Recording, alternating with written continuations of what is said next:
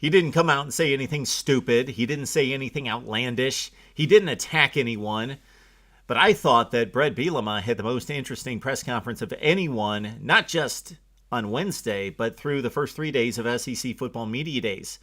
He was the most engaging. He was the most thoughtful. He was the least generic and vague and coach speak of anybody out there, and we expect that from Bret Bielema, but he did it with a bit of humility. I'm not going to say he was completely humble, but at the same time, maybe year one, 2013 at Arkansas in the SEC, winning 3 football games total and 0 for 8 in the SEC has possibly humbled this guy and makes him realize what daunting task is in front of him to turn this football program around. But again, in terms of a conversation and hearing this man's thoughts and his perspective and his beliefs, which he mentioned many times, both from a football standpoint and as a leader of a program and a leader of young men, I thought Bret Bielema really brought a lot to the table, and I was interested in his comments. He addressed his relationship with Gus Malzahn. Much has been spoken about their words and their words through the media, and in a bit of a back and forth and confrontation between the two head coaches through the media, in particular regarding the safety issue of the up-tempo offense and Bret Bielema's possibly, it's been conjectured that he's just trying to protect his brand of football and not so much the player's safety. He did not necessarily attack that issue, although it was asked of him. He simply said that he's for player safety and that he's looked into it. And again, he is all for player safety and he doesn't deal with fiction. In regards to his relationship with Gus Malzahn, he was very honest about that as well. He respects the head coach, at least that's what he says. That's at least the smart thing to say, considering what Malzahn pulled off in 2013 with Auburn, taking that program from 0-8 in the SEC, where Bielema was last season, and almost winning a national championship and taking the SEC. So Bielema has to respect Gus Malzahn as a leader of a football program and football players and as a strategist. He doesn't agree with his offense. It's not his style of offense. He said that they've had cordial conversations. They've shared thoughts. They've shared ideas. They've talked on the phone, but he's not going to be breaking bread with Gus Malzahn anytime soon. So they respect each other as professionals, apparently, but they're not buddies, and they won't be buddies anytime soon. So he was pretty clear about that. He was also clear about entry into the SEC. So rewind a year, and Bret Bielema receiving the big contract after Arkansas chased him at Wisconsin, where he appeared to be very happy, winning Big Ten championships, making more than $2.5 million per year. But he received over $800,000, $900,000, something in that range, more per season to go to Fayetteville, Arkansas, and try to resurrect a program amidst the best division in college football. And he fell flat on his face this first season. Or did he? Well, that remains to be seen. He's still well entrenched. The honeymoon is still intact through one season. I believe the Arkansas faithful, most of the logical, feasible, and realistic ones are not expecting miracles this season, but they would like to see improvement.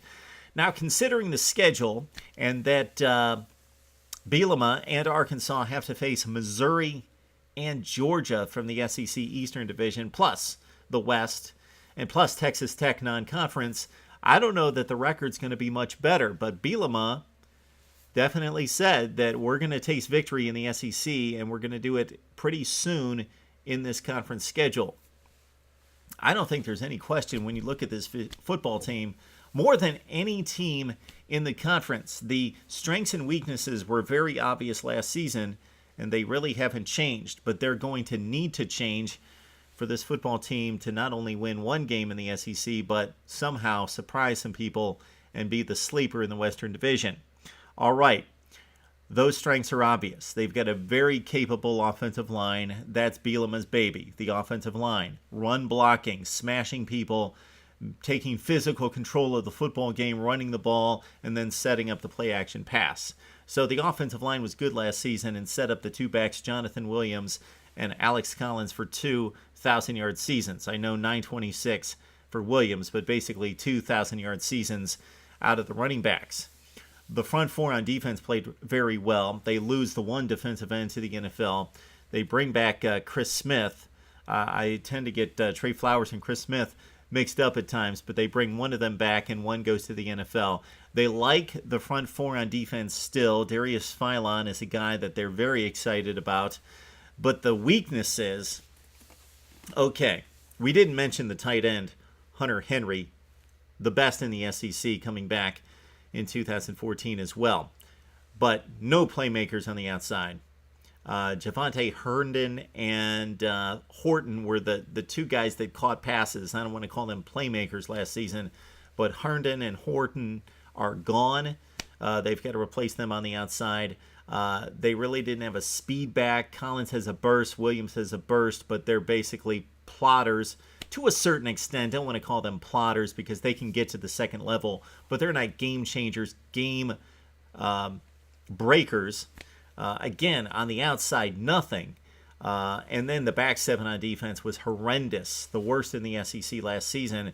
But let's talk about the quarterback position. Brandon Allen hurt the shoulder against Southern Miss, so to a certain extent, many insiders in that Arkansas program will say, give him the bye for 2013 because he was not healthy, should not have been on the field.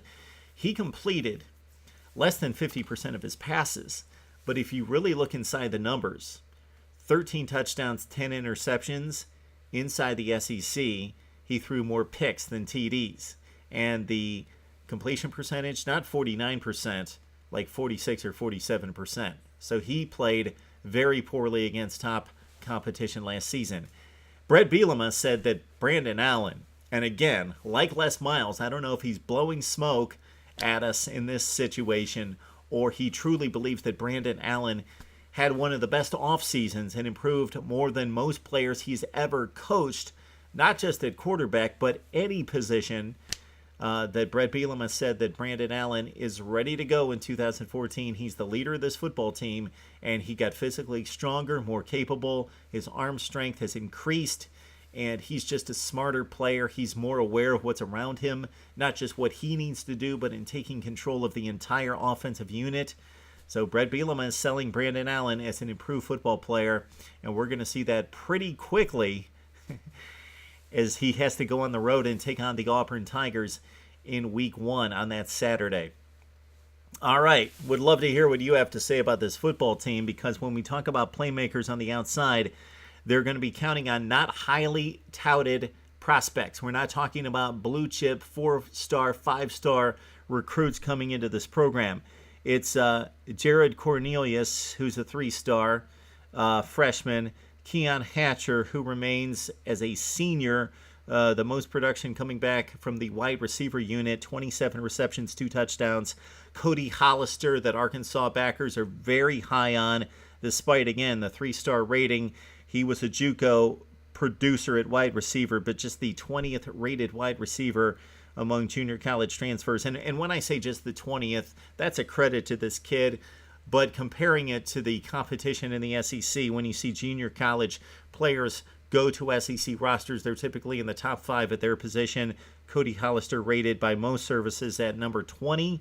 And then you got Demetrius Wilson, who's coming back off an ACL injury, and he produced 9 receptions in 2012 and then hurt the ACL last season, and they're counting on him. Corliss Marshall is the X factor. Excuse me, coming off a cold here. Corliss Marshall could have moved to safety, but they're going to keep him at running back.